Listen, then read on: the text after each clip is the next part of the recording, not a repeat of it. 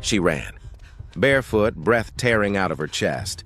Amarachi burst through the narrow corridor as something shattered behind her. A framed wedding photo hit the floor and split clean in half. The sound chased her, sharp and final. "Amarachi!" Her mother's voice cracked through the house. "Stop there!" She didn't. Her wrapper slipped at the waist as she pushed the back door open and stumbled into the early morning haze. The sun had barely climbed, but her fate was already sealed if she stayed. Her chest burned, tears blinding her as she sprinted past the rusted gate. "Today is your wedding!" Her mother screamed after her. "You want to destroy this family?" The words stabbed deeper than her feet hitting the gravel road.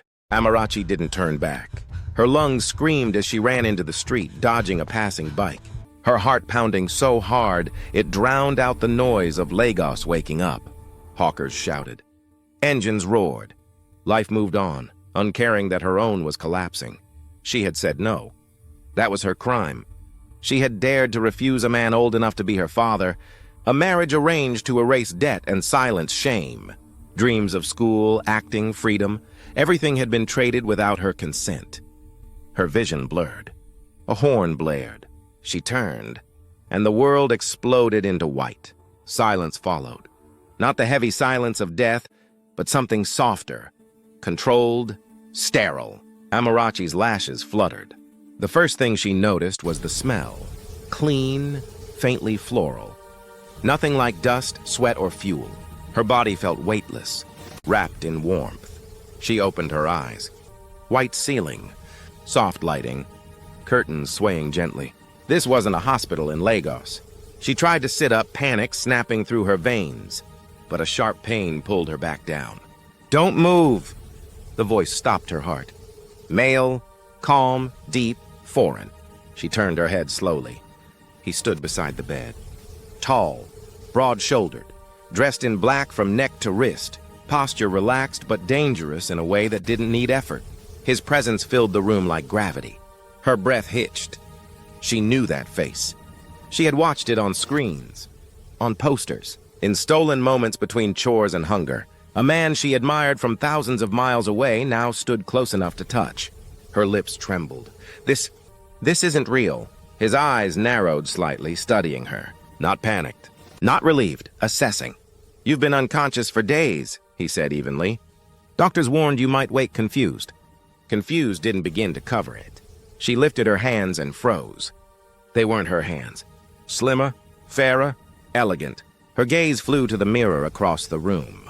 The woman staring back wasn't Amarachi. It was Azin, the actress. The woman whose photos followed him everywhere. The woman rumored to be dead. Her scream caught in her throat. "What did you do to me?" Amarachi whispered. He stiffened instantly. "Watch your words." The temperature in the room dropped. She swallowed hard, realizing too late that fear had made her reckless. I'm sorry," she rushed. I don't understand." He exhaled slowly, fingers flexing at his side. "You were in a coma after the accident. Your memory may be fractured." Accident. Her mind slammed back to screeching tires, pain, darkness. She shook her head weakly. "I don't belong here." He stepped closer. Close enough that she felt the weight of him. The quiet authority that didn't need to raise its voice. She noticed then this wasn't just an actor. There was something else beneath the polish. Something sharp. "You are in my house," he said. "Which means you're exactly where you belong." Her pulse spiked. Who are you?" she asked. A pause. Then, "Someone who doesn't like being lied to." Her heart nearly stopped. She hadn't even spoken yet, and he already sensed it. She forced herself to breathe. "I'm not who you think I am." His gaze locked onto hers. "Say that again." Her courage wavered. Everything in her screamed danger, but something stronger pushed her forward. "I look like her," Amarachi said carefully. "But I'm not her." The silence that followed was lethal. He straightened, jaw tightening. "You survived an explosion that should have killed you. You wake up speaking strangely, acting strangely, and now you deny your identity." His eyes darkened. "If this is a game, it's a foolish one." Tears burned her eyes. "I didn't plan this." "I swear!" He studied her for a long moment, then turned toward the door. "Rest, we'll talk later." Relief and dread crashed together. As he left, Amarachi collapsed back onto the bed, heart racing. She was alive. But she was trapped inside another woman's life. And the man who owned that life was not someone she could easily escape. Days passed. She learned quickly, too quickly, that he was always watching. He noticed how she flinched at raised voices, how she thanked staff, how she hesitated before touching expensive things, as though afraid they'd be taken away. Azin had never behaved that way. "You don't remember cooking?" he asked one evening as she stood awkwardly in the kitchen. I'm rusty," Amarachi replied. He leaned against the counter, arms crossed. "You never cooked?" Her chest tightened. She burned the food moments later. "I'm sorry," she said softly, staring at the pan. "For what?" he asked. "For not being consistent." His gaze sharpened. "You're kind," he said, the words landing heavy. "And timid," he continued. "And you never used to apologize." Amarachi's hands trembled. "Is that bad?" "No." He stepped closer. "It's dangerous." Her breath hitched. "People take advantage of kindness," he said quietly. "Especially in my world." She finally looked up at him. "What world is that?" A pause. Then, "One you shouldn't lie in."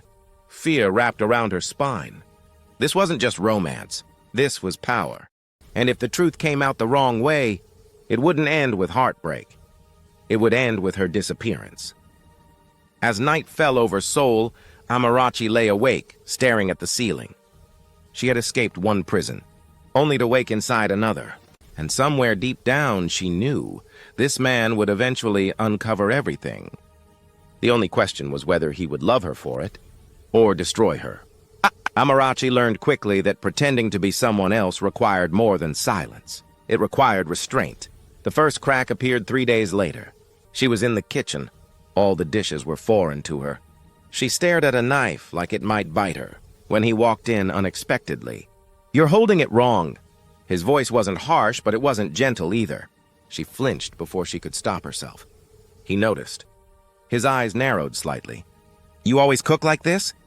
Her throat tightened. I don't cook much." That was mistake number one. He leaned against the counter, arms folding slowly. "That's strange." Her heart skipped. "You used to complain when the food delivery came late," he continued. "You said cooking wasted time." Amarachi forced a weak laugh. "People change." "Yes," he said calmly, "but not overnight." Silence stretched between them, thick and uncomfortable.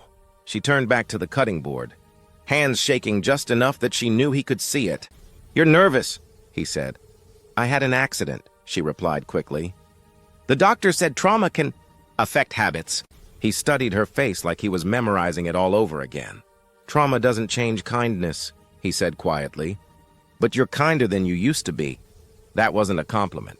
He was suspicious. She swallowed. "Is that bad?" "No." His lips twitched faintly. "Just unexpected."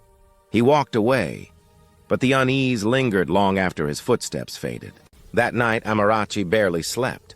Her dreams were fractured, Lagos bleeding into Seoul, her mother's voice clashing with his, headlights flashing just before impact. She woke up breathless, sitting upright, fingers digging into the sheets. The door opened almost immediately. "You screamed." He stood there, alert, fully awake. "I'm fine," she said quickly. "You weren't." He moved closer. "Talk." The command in his voice startled her. Not loud, not angry. "Just final." She hesitated too long. His gaze sharpened. "What did you dream about?" She searched for a safe answer. "The accident." "That's not what you said." Her pulse thundered. "I talk in my sleep." "You spoke English?" Her breath caught. "And another language I didn't recognize," he added. "You sounded angry, afraid." She stared at him, cornered. "You said, I don't want to marry him." The room went still. Who?" he asked. Her mouth opened, closed. He straightened, jaw tightening. "You've never mentioned marriage before." "Because I was never meant to be married here."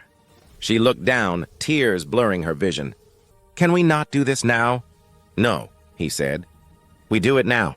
The firmness in his tone stripped away any illusion of safety. "You woke up different," he continued. "You look the same. You sound the same, but you don't react the same." You don't argue the same. You don't touch me the same. Her heart cracked at that. I'm trying, she whispered. Trying to what? He pressed. Be her? She flinched. There it was. He exhaled slowly, running a hand through his hair. I told myself it was the coma, that I was imagining things, but I'm not. He stepped back, creating a distance between them. Tell me the truth, he said. Right now. Fear won. She shook her head. I can't. His expression hardened. Then we have a problem. The days that followed were colder. Not cruel, but distant. He still made sure she ate. Still checked in. Still protected her from media attention. But the warmth was gone, replaced with a quiet watchfulness that made her skin prickle. He was waiting, and Amarachi knew she couldn't outrun the truth forever. The breaking point came at a charity event. She had begged not to attend. You'll be fine, he said. Just stay close. Cameras flashed relentlessly. People whispered. She heard it, her name tangled with another. She really changed after Nigeria. She looks the same, but doesn't she seem softer? She used to be so cold. Cold. The word struck her harder than she expected. During dinner, a woman leaned across the table, smiling sharply. You survived quite the accident. Must have been terrifying, waking up so different. Amarachi froze. Before she could respond, he spoke. She doesn't need to explain herself. The room quieted. His hand settled on Amarachi's back, steady and possessive. Anyone else have questions about my fiancé?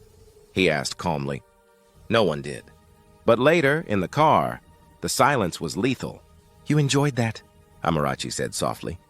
He didn't look at her. But you don't trust me. I protected you. The car stopped at a red light. She replied.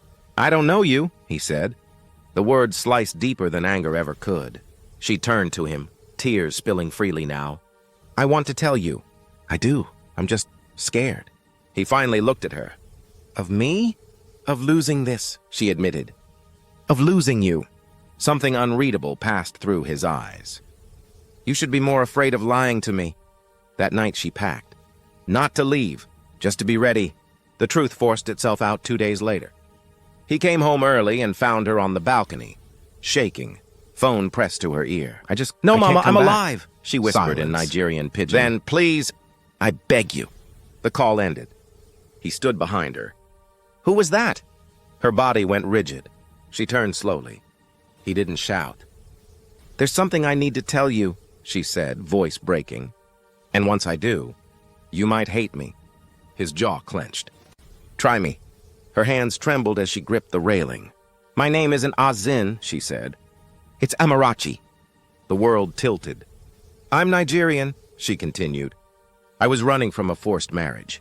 I was hit by a car, and when I woke up, I was here. In her body. In her life.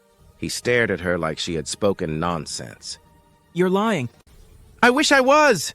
Say it again. I'm not the woman you loved, she cried. She went to Lagos. She had an accident, too. I think she didn't survive. And somehow, enough. His voice cut through her like steel. He stepped back, eyes dark, controlled, dangerous. You think this is a joke? I think it's a miracle I don't understand, she sobbed. And I'm sorry. I never meant to deceive you. He turned away abruptly. Pack your things, he said. You're leaving. Her knees buckled. I'll book a flight, he added. Back to Lagos. The finality in his tone shattered her. She nodded slowly, wiping her tears. Okay. She had known this moment would come. What she didn't know was how much it would hurt to lose him. As she walked past him with her bag, he didn't stop her. Not yet. Amarachi didn't cry on the drive to the airport. Not because she wasn't hurting, but because she was empty. The city lights passed in blurred streaks outside the window, soul moving on like nothing had cracked open inside her chest. She sat upright in the back seat, hands folded in her lap, the small suitcase beside her holding everything she owned in this life. The driver kept glancing at her through the mirror, clearly uncomfortable with the silence. She stared straight ahead. So this is how it ends, she thought. Not with anger, not with shouting, just dismissal. Her phone buzzed once, then again. She didn't check it. At the terminal, the driver stepped out first, opening her door politely. We've arrived. Thank you, she said softly, her voice steady despite the storm inside her.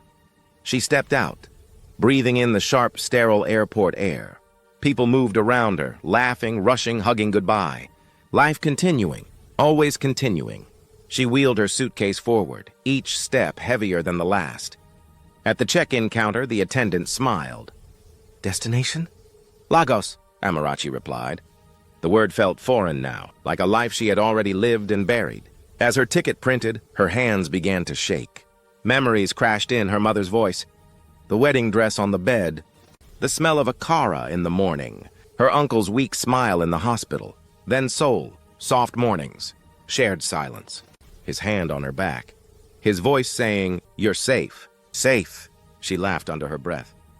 By the time she reached security, the tears finally came, but quietly, controlled. She wiped them away quickly, refusing to draw attention. She was almost through when she heard it. Amarachi. Her steps faltered. No one had called her that name here. Her heart slammed violently against her ribs. She turned. He was running. Not composed, not controlled, no calm authority. His hair was disheveled, coat half-buttoned, breath uneven. People stared as he pushed past them, ignoring the looks. His eyes locked on her like she might disappear if he blinked. "Stop," he said, reaching her. She froze, fingers tightening around her suitcase handle. "You told me to leave," she said, voice trembling despite herself. "I know," he replied. "And I was wrong." Her breath caught. Security cleared their throats nearby, but he waved them off sharply. "Give us a minute." They hesitated, then stepped back. Amarachi laughed bitterly. "You came to escort me?" "No." His voice dropped. "I came to stop you." She shook her head, tears spilling freely now. "Please don't do this. Don't give me hope just to take it back." "I won't," he said. "That's why I'm here." She looked at him then, really looked. The tension in his jaw, the conflict in his eyes. The man who never bent, standing here, breathless, vulnerable. "You lied to me," he continued. "And I don't forgive that easily." Her heart sank. "But," he added, stepping closer, "you didn't lie about who you are." She frowned through tears. "What?" "You were kind," he said quietly. "Patient. You cared about people who had nothing to give you. You cried when my assistant's mother was sick. You thanked the cleaners. You cooked even when you were bad at it." A weak, broken laugh escaped her. "That's not exactly impressive." "It is," he said firmly. "Because she—" He stopped himself, swallowing hard. "My ex wasn't like that." Amarachi's chest tightened. "I loved her," he admitted. But she was closed, hard. She saw people as tools. "I thought that was strength." He shook his head slowly. "Then you woke up. And suddenly, my house felt warmer, quieter, safer." She whispered, "I never meant to replace her." "I know," he said. "And that's why it took me this long to understand." He reached into his coat pocket, pulling out his phone. He showed her the screen, an old photo. A news article. Zin came to Lagos for a fashion show," he said. "There was an accident." She was pulled from the wreckage barely alive. "She never woke up." Amarachi's breath hitched. "They declared her dead yesterday," he continued. "I hadn't told you because I was still grieving." Silence settled between them. "And then it hit me," he said softly. "She didn't come back to me." He looked at Amarachi, eyes burning with truth. "You did?" Her knees weakened. "I didn't ask for this." "I know," he said. "But neither did I." She shook her head. "You said you'd send me back." "I said it because I was angry," he replied. "And because I was afraid." "Of what?"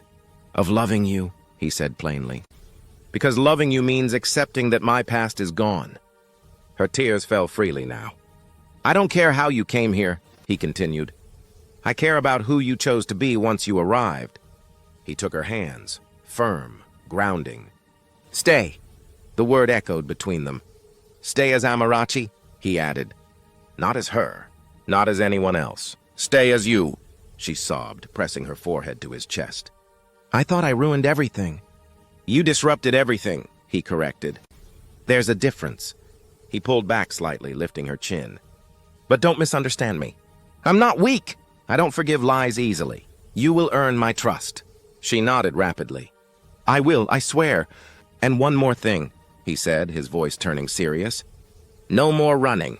If things get hard, you face them. With me. She nodded again, heart pounding. With you.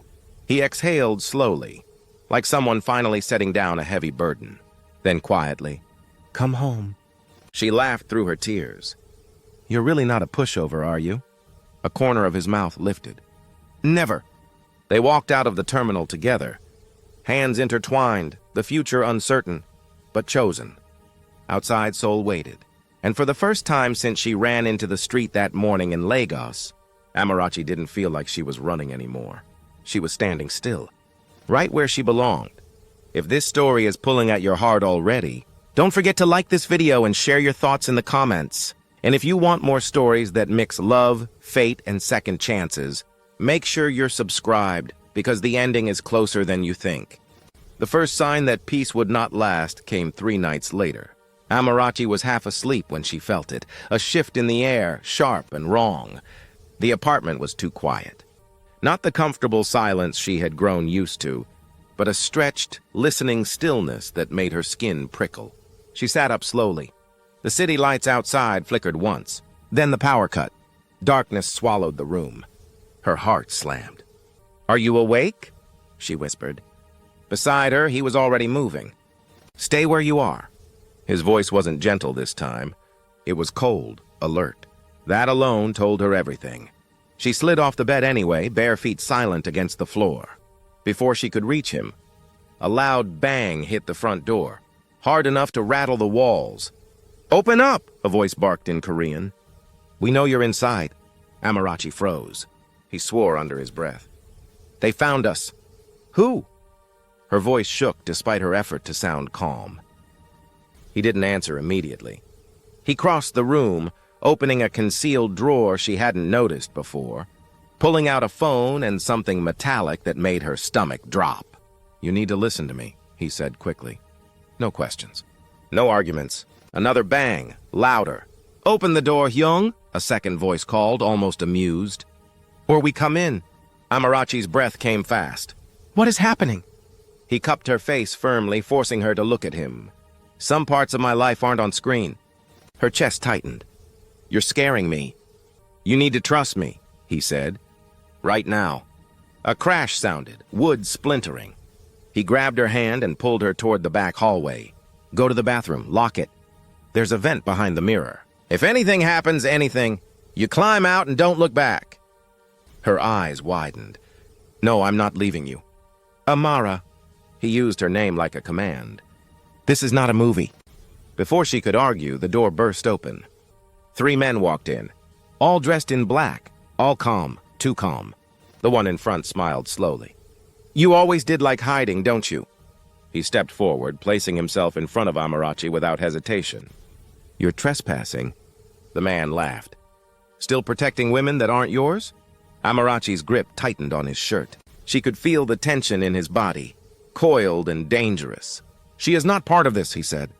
Leave. The man's gaze slid past him, landing on Amarachi. His smile sharpened. She looks very much part of this. Her stomach dropped. You've been busy, the man continued. Disappear for months. Cancel meetings, miss payments, and now suddenly you resurface, softer. He leaned closer. That's bad for business. Amarachi finally understood. This wasn't just fame. This was blood deep. You don't get to show up here, he said tightly, and threaten my home. Your home? Another man scoffed. This place exists because of us. The leader raised a hand. Silence fell instantly. We're not here to kill you, he said casually. Not yet. Amarachi's knees weakened. We just need reassurance, the man continued. Loyalty, obedience. His eyes flicked to Amarachi again. And leverage? No, he said instantly. She's off limits. The man smiled wider. That's not how leverage works. Everything happened at once. He shoved Amarachi backward just as a gun appeared. She screamed. The sound echoed as chaos exploded, glass shattering, bodies moving, curses flying. He moved fast, dragging her down the hallway as something slammed into the wall inches from her head. Bathroom, now! He shouted. She ran, hands shaking. She locked the door just as something heavy hit it from the other side. "Amara!" he yelled. "I'm here!" she cried, pressing her palm to the wood. "Do not open this door," he said urgently. "No matter what you hear." Her tears fell freely. "Please don't die." Silence. Then gunshots. She covered her mouth, stifling a scream. Minutes felt like hours. Her heart pounded so violently she thought she'd pass out. She didn't know how long she crouched there, back against the tub, knees pulled to her chest. Then, a knock. Soft, controlled. "Amara," his voice said quietly. She scrambled up, unlocking the door. He stood there, breathing hard, blood on his sleeve, but standing. She collapsed into him, sobbing uncontrollably. "I thought—" "I know," he murmured, holding her tightly. "It's over. For now." "For now?" she echoed weakly. He exhaled. "They won't stop." Her fear sharpened into anger. "Then why am I here?" He pulled back, meeting her eyes. "Because I didn't expect to fall in love." Her breath hitched. "That was my mistake," he continued. "And my weakness." His eyes widened. "For the drama?" She nodded slowly. "They want me to come in tomorrow." He pulled her into a hug before she could even react. She laughed into his chest, emotions swelling so fast it surprised her. "You see?"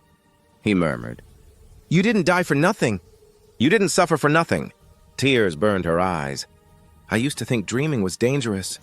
Dreaming is what kept you alive." Later that evening, they sat together on the couch, her feet tucked beneath her, his arm around her shoulders. The television played quietly, forgotten. "Do you ever regret it?" she asked suddenly. "Regret what?" "Saving me, bringing me here, letting yourself fall in love with someone who wasn't who you thought she was." He didn't answer immediately. Instead, he reached for her chin and tilted her face up to his. "I regret not seeing you sooner," he said. "Not for who you really were." Her chest tightened. "I loved her face," he continued softly. "But I love your soul." She pressed her forehead against his. "I'm sorry I lied." "I know," he said, "and I forgive you."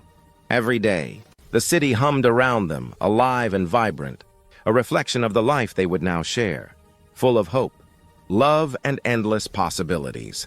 Amarachi knew that no matter the past, no matter the challenges, she had found her place. Her love and her second chance. Amarachi's journey shows us that second chances are real. Love can conquer fear, and life can surprise us when we least expect it.